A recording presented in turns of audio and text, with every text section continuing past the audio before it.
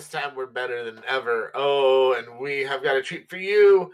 It's Shacknews Game of the Year 2022 Best Platformer nominations. Air horn, air horn, air horn. Who's ready to get down? See, Greg, I did the air horn for you in pre-production, so you don't have to add it in post now. Thank you, Greg. All right. Well, yeah. Best platformer game. It's a game. There's platforms. It usually involves a lot of, exploring and jumping. Yeah, I think Super Mario Brothers is an early example of a platforming game. But it's not just like all 2D. Platformers go beyond that, and we have some excellent ones this year. Just a delicious genre of game, and we have quite the delectable selections in this category. Who would like to fight for their nomination first? TJ Denzer, he is ready to go. I gotta say, like, this is probably gonna be niche and a hard fought battle, but I gotta give props to Infernax because, like, this is a game that is very, very, very, very, very much like another game I love from the classic days, Castlevania 2, which there's a very big division on whether Castlevania 2 is good or not. I'm of the type that loves that game, but I recognize its problems. And you know what Infernax is? Infernax is like, what if Castlevania 2, but you got rid of most of the problems with Castlevania 2? And in that way, like, it's got all those staples. It's got like a holy knight fighting against the creatures of the damned. You got like this sort of RPG open world where you visit towns, help the people there, collect gear and spells and stuff from them.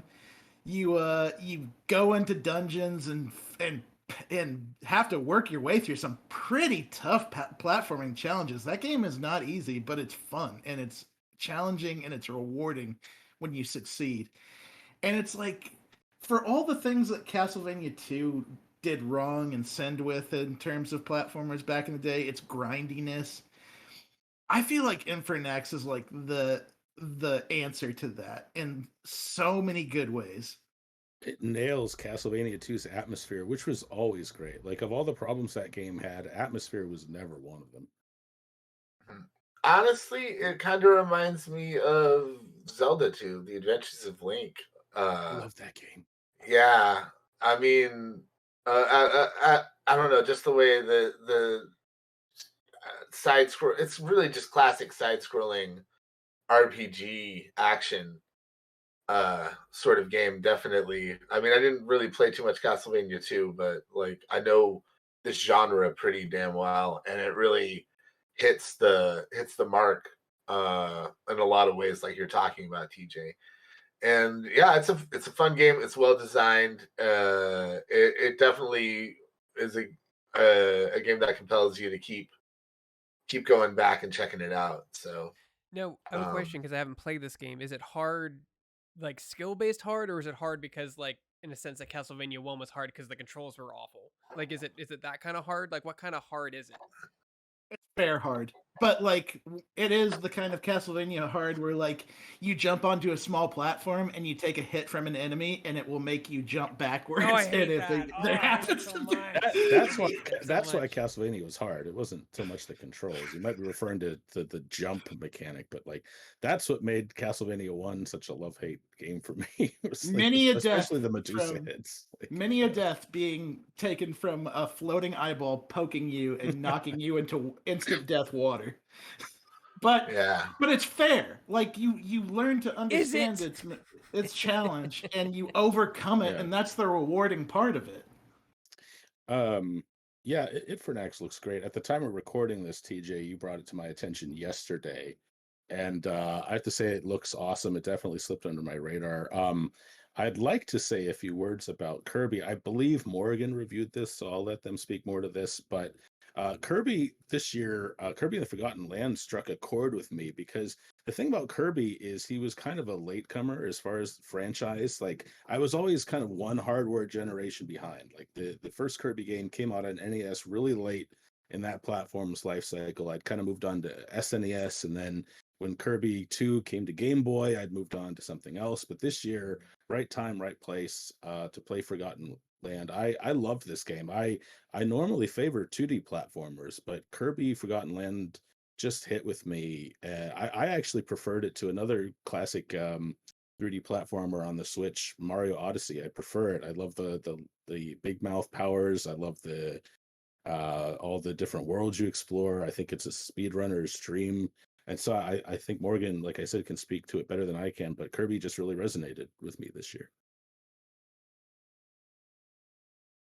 Yeah, Kirby, I think, was a really great, I don't want to call it a surprise because I love Kirby games, but just like how beautiful that game is, the platforming elements are great. It has these like over the top surprise moments, like in terms of what Kirby can turn into. I won't spoil the ending, but like the ending of that game is just absurd and I love it. Um, I just like how they added different elements to the game, and I like the fact that, I mean, it's Kirby. Who can hate Kirby? Nobody. It's so fun. It's so adorable. It's such a like wholesome adventure.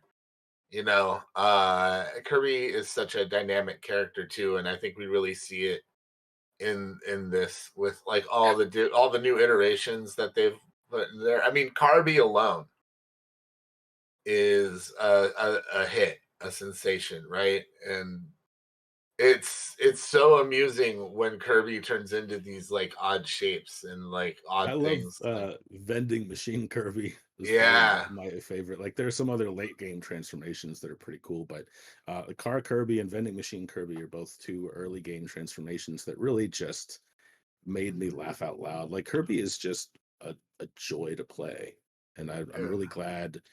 You know, I missed the other games in the series, so this is really the first one I really sat down and spent any significant amount of time with, and I just loved it. yeah. I love all the little side quests and things like that too. The little challenges that you can do. There's fishing. Gotta be fishing. There's the gauchapon. I love the gauchapon aspect, like getting the little like figures in the cube in the not cubes, but the little vending machine figures.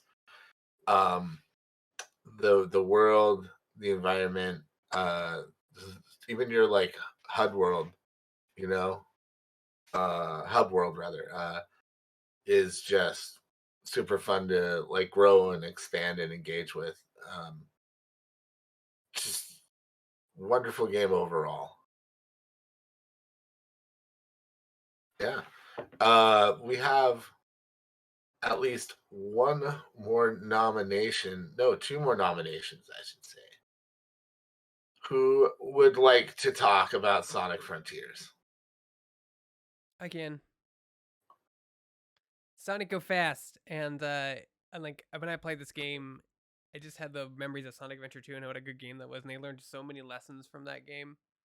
And I feel like they brought them into Frontiers, but like it's open world, there's stuff to do, there's 2D platforming segments, there's little individual levels that like move fast. I love momentum in platforming games. Like even when I was playing Super Mario Maker, I wanted to make games where like you had to press forward and keep jumping, like keep jumping forward. I didn't like the having to go back or jump back and forth. I wanted you to have this momentum, and Sonic Frontiers does that in spades. Like whether you're grinding or running or jumping, like I just feel like I'm racing through this level and I feel like I'm so good, even though I'm doing mediocre at it. I feel like I'm so good, and I really liked the whole gameplay loop in Sonic Frontiers.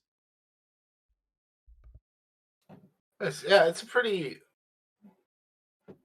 fun like platformer. I think the thing that appeals to me most about Sonic is like the robot fighting in this game is really interesting.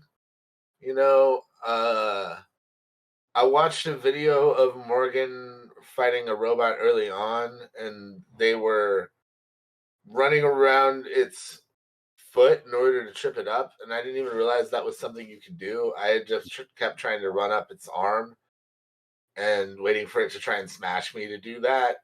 But discovering that there's different approaches and different techniques that you can use to your advantage against different enemies, and then just the variety of them is really cool. Also, I think a lot of them resemble the angels from Evangelion. Oddly enough, I can see that. yeah, especially that first boss definitely looks like something out of the end of Evangelion. So yeah, I kind of like the world that they're building this time around in Sonic Frontiers. It's a little eerier or creepier when the tone to me. Like there's this sense that like the world around you has kind of died. And very almost like Death Stranding. You know what I mean? Like it's a massive world, but there's an emptiness to it in a deliberate way. In a way that shows that like destruction like paved its way through here. So I think that's also just something solid about the game in general. But I digress. Does anyone else have anything to say about Sonic Frontiers? Don't even nominate. All right. And didn't play it. Didn't play it. Didn't nominate. God damn it, Donovan. Let's see. Well, we have one other nomination from someone who isn't here, but TJ Denzer has graciously volunteered to act as a proxy for our one and only Ozzy Mejia. Rogue Legacy 2 is everything that the first Rogue Legacy game did right, and then improved and added on to with more things that do it justice. Like the class system alone in that game is so incredibly fun, because the fact of the matter is you have to choose a new character every time you die, and you never know what kind of selection of knights you're gonna get, and and each of them being able to do something so specifically different from one another makes for a fun and varied platforming experience. For instance, like the bard in that game launches musical notes, and then there's a kick jump in that game that you can use to like kick off of obstacles and stay in the air longer, and the bard makes his notes explode with like an AoE damage effect when you kick off of his notes that are sitting in the air, and you can use that to do like you can not only use that to reach areas you wouldn't be able to reach in certain levels, but you can also use it to build up ridiculous combos against enemies and bosses. And I really appreciate that. There's all sorts of other cool stuff about that game. I know Ozzy is a huge fan of Pizza Girl and her wonderful teleportation technology, and the fact that she kind of just joins you on your adventure once you finally find her. And like the levels are just really, really fun challenges because they're for the most part randomized, but there are like certain types of rooms that appear in each biome that you'll like. It's fun to find those rooms, fun to like discover the secrets, and fun to like just explore and figure out what's where in each of these biomes. Rogue Legacy 2 is in every way, shape, and form like deserving of the number 2, because it is just more Rogue Legacy and good on top of good. I think that's a fair nomination. The Rogue Legacy games are baller AF for sure. All right, and I believe that's it. We have come to the end of nominations, which means it's time to begin the voting process. Where shall we begin? Greg, you're right in the middle for me. So let's begin with you. Sonic. It's hard, but Sonic. Around at the speed of sound, TJ. Shouldn't have told Greg that you get knockback damage in Infernax, but that is one of those things that's a staple of the old Castlevania games, and I kind of love that they stayed faithful to that. It's a fun game, and I love it. All right, Morgan. You're muted still. Oops. There Oh, we go. is it working? Yep. Okay. I'm gonna stick with Kirby on this one. Villa Boy. I know that it was on our must playlist, so I would have played it no matter what. But the reason that I initially got into Kirby was how much joy I saw Asif getting from Kirby, and that kind of like prompted me to pick it up. And that was joy well placed, and I agree. And I'm gonna go with Kirby. Man, let me tell you, so Kirby and the Forgotten Land came out basically the last day of the game developer conference, and I grabbed it from the store. I headed home and I popped it in my Switch, and it was fantastic. I loved it so much. It's getting my vote. Steve. I'm going with Kirby. I mean, the main theme guitar, I could listen to that for hours on end the main theme, and I gotta go Kirby. David L. Craddock. Herb Stomp all the way. Denny.